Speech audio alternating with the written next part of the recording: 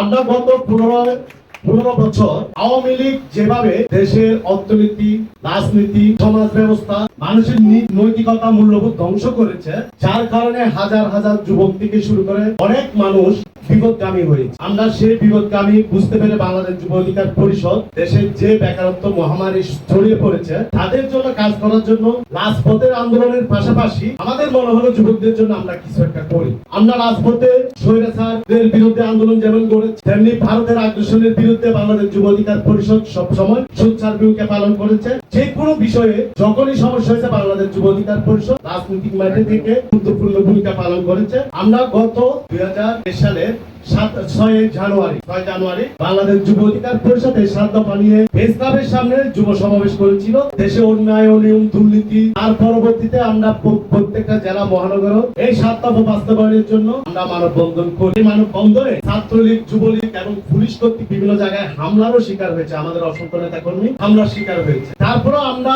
তাদের শ্রম ও কর্মসংস্থান মন্ত্রণালয় পর্যন্ত আমরা পৌঁছতে পারিনি। তারা মনে করছে এগুলো জাস্ট একটু কথার কথা, কিন্তু এটা কথার কথা না, এটা যুবকদের মুক্তির সনদ। এই কাজগুলো যদি আমরা করতে পারি, প্রত্যেকটা যুবকের কর্মসংস্থান যেমন হবে, প্রত্যেকটা পরিবার সচ্ছল ভূমিকা পালন করতে পারবে।